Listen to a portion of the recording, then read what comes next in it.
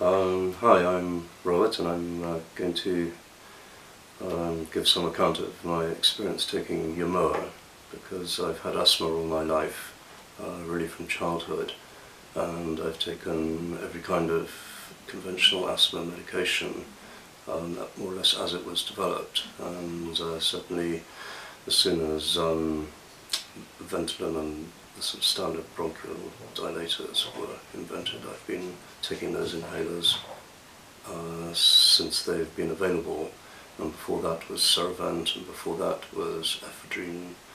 pills, little bitter pills that one put under the tongue.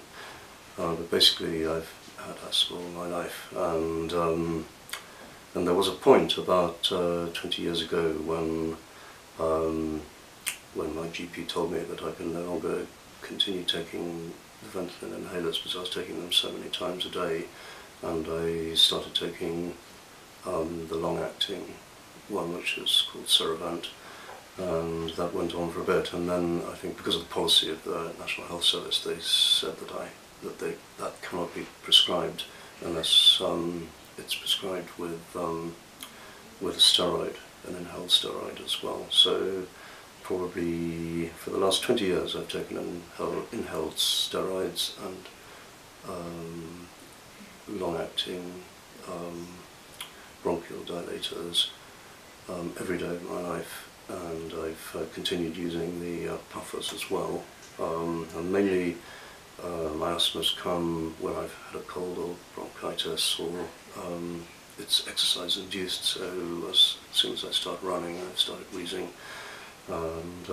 also I have allergies to dust and pollen and cats and various other things, and this has gone on, and in the last 20 years that I've taken inhaled steroids, I've had many other lung problems. I've had acute bronchitis twice and pneumonia once, and I do in myself feel that that this is because the steroids have inhibited my immune system, and I've various times tried to wean myself off steroids because I don't like taking medication all the time, and each time has been a disaster. I've had a rebound from stopping the steroids, and my asthma's got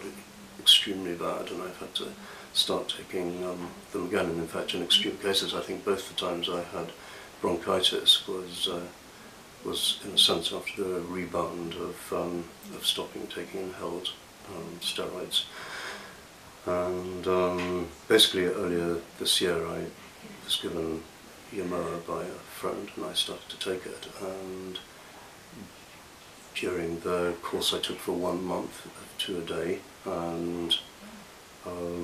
during that time I stopped taking the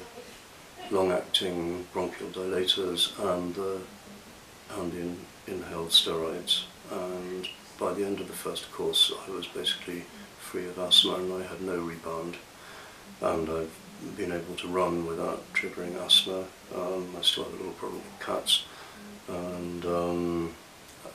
I occasionally have mild asthma